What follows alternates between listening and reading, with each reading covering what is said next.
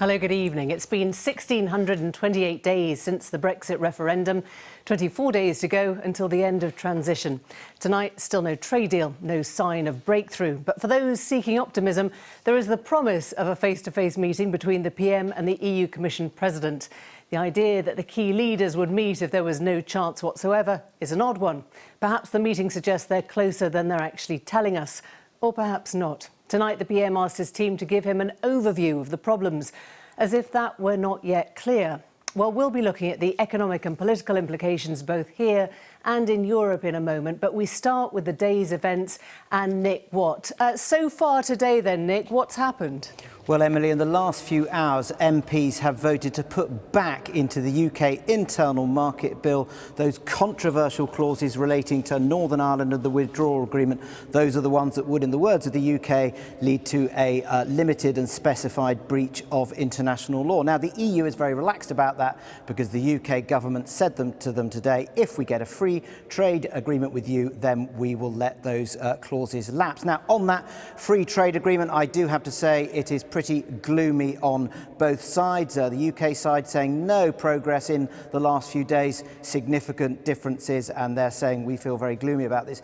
Interestingly, Boris Johnson has been keeping in close touch, updating Brexit veterans, and they say to me they are very confident that the Prime Minister is not going to breach any of his red lines on sovereignty. And one of those veterans said to me, look, every 5 minutes they think it's going to be a deal and then they think it's going to be no deal. But this veteran's current thinking is it is no deal. But I do have to say, I was speaking to a minister who's pretty closely involved in this, and they said to me they do not believe that Boris Johnson would be travelling in person to Brussels to meet Ursula von der Leyen if he thought it was all hopeless. And they drew a parallel with the meeting that took place last year between Boris Johnson and then the then Taoiseach Leo Varadkar in the northwest. They met in person, they were pictured together, and this minister said to me, David Frost, the chief negotiator, he recommended that meeting and he's recommended this meeting, so he knows what the optics of that picture will look like. But obviously it could still not be a deal.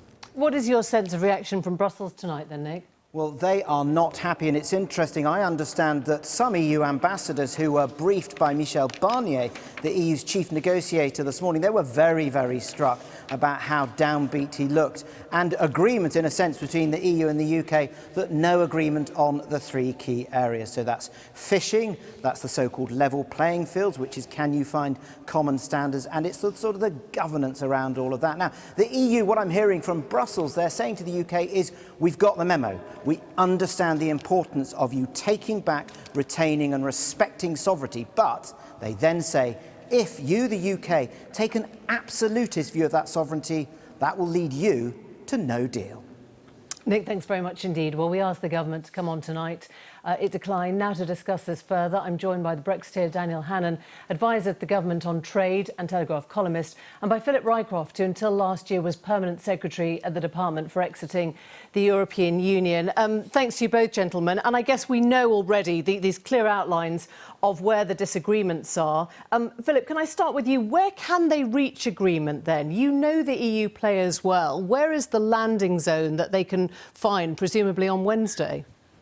Well, it's worth remembering that these negotiations have been going on, as we know, for a long time now, and there's an awful lot of stuff that will have been pinned down. Perhaps 95% of a trade deal sorted out. Teams working on legal text to have that ready for legal translation and all the rest of it. So, as Nick Watt said, you've got the three outstanding issues. Fisheries is at the end of the day a numbers game. How much access to UK waters, to the quota in UK waters, does the EU fleet have? What sort of transition period should there be? These things can be sorted out if there is a will. The more difficult issues are the points of principle. Sovereignty from the UK side in terms of the ability to set our own rules. From the EU perspective, it's protecting the integrity of the single market from what they would see as potentially unfair competition from UK-based businesses. So just to get you to the end of that point, we know where the differences are, but where do you think is the actual, where do you see the compromise coming? Because presumably they wouldn't be having this meeting Wednesday or so if there wasn't some bit where there was compromise. Sure. I think the UK has to be able to demonstrate on the level playing field issues, particularly on state aid, which is the biggest sticking point there, that it has an independent regulator in the UK to manage state aid within a framework of rules within the UK. I think the EU side has got to accept that it cannot insist that the UK has to follow every change in EU rules over time. Somewhere in between those two positions, it seems to me, there is a potential answer. Dan, does that sound pretty much right to you? Is that a concession that you could see our government making? Well, on fisheries, I think I agree with what Philip said. I mean, the issue is sovereignty, and once that's respected, of course, we can be flexible about numbers and quotas and time scales. I think the bigger issue is the question of whether Britain is really an independent, equal partner and neighbour of the EU. And I think this is an emotional rather than an economic question for Brussels. I think there's an element in Brussels that is still affronted by the fact of the referendum and sees Brexit, as Michel Barnier once said, as needing to teach us a lesson. And still basically regards Britain as a kind of recalcitrant province, which is why it's not prepared to do the kind of basic trade deal with us that it has done with other countries, that we're now doing with other countries.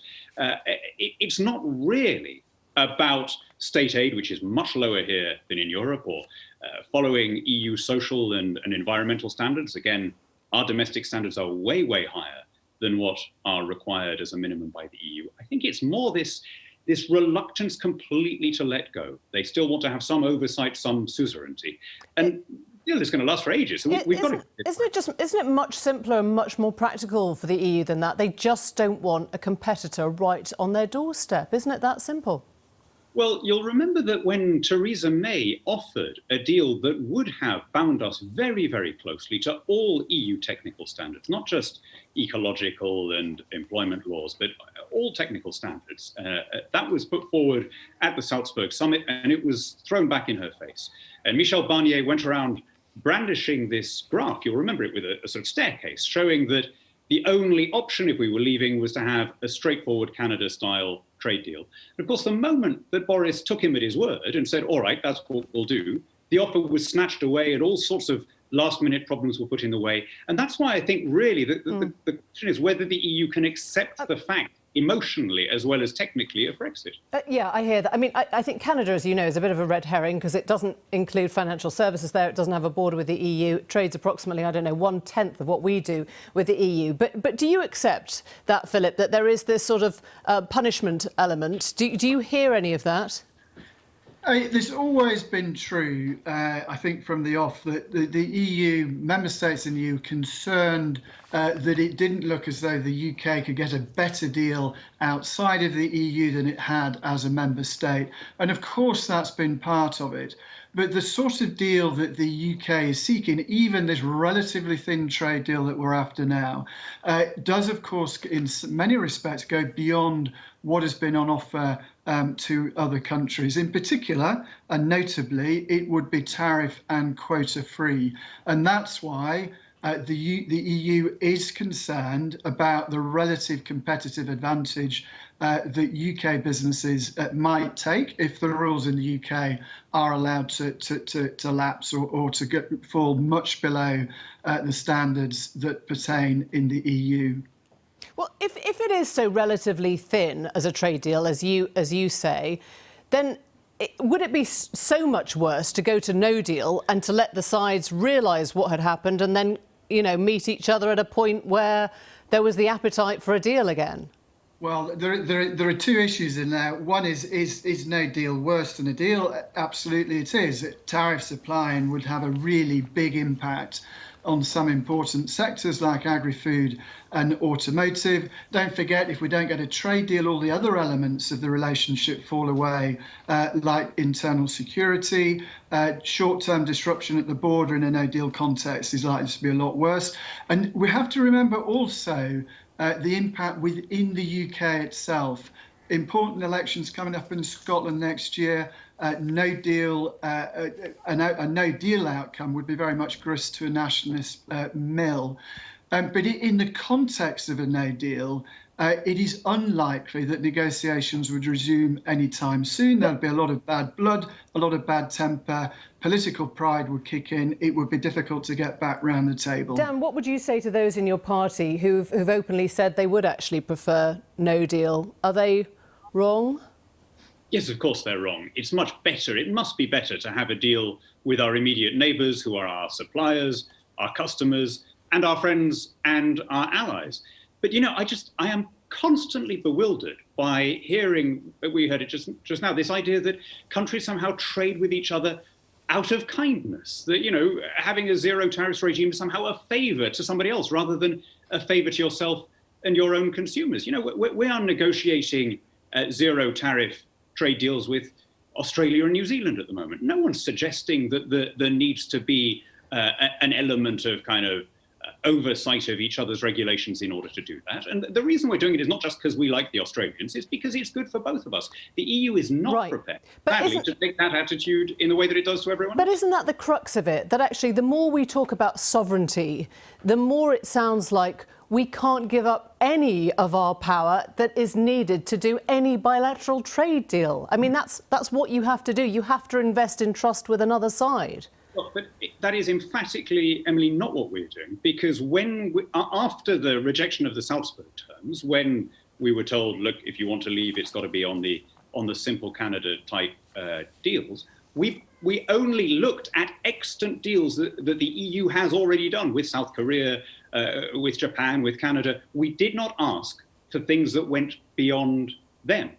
And so we're not asking for anything unprecedented. The EU isn't claiming that we're asking for something so unusual that it needs to have sovereignty. Their argument, bizarrely, is that they need to have some oversight over our standards because we're nearby, Philip, which is... Do you want to come back on that? What is the answer to that? So being nearby actually does matter in trade terms. And if you look at the volume of trade, as you mentioned earlier on, between the UK and the EU, it's very much greater than the volume of trade between the EU and Japan and Australia and all the rest of it.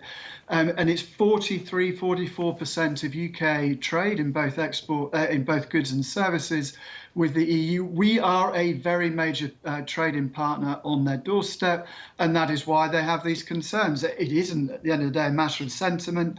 From their perspective, I think it is about concerns about protecting the integrity of the single market, Dan, and that's why they're putting these conditions in place. When I just asked you to step back for a second, you know, when you look at where we are 4.5 years on, with either a relatively thin trade deal or perhaps no deal at all, is that what you and Brexiteers were dreaming of? Is this what it was all about? Well, I mean, you'll know that before, during and after the referendum, I argued for something much more along the lines of what the Swiss ended up with, an EFTA deal. That sadly was shot down by both sides in the aftermath of the referendum. There was a kind of polarisation, and it quickly emerged that there wasn't much support for that. But I have to say, looking at the way in which the EU has conducted these latest, I wonder whether even that would have been on offer without also wanting us in the common fisheries policy, wanting us in the customs union, and a bunch of extra add-ons. That's a ponderable, isn't it? But thank you both very much. Thanks for joining us tonight.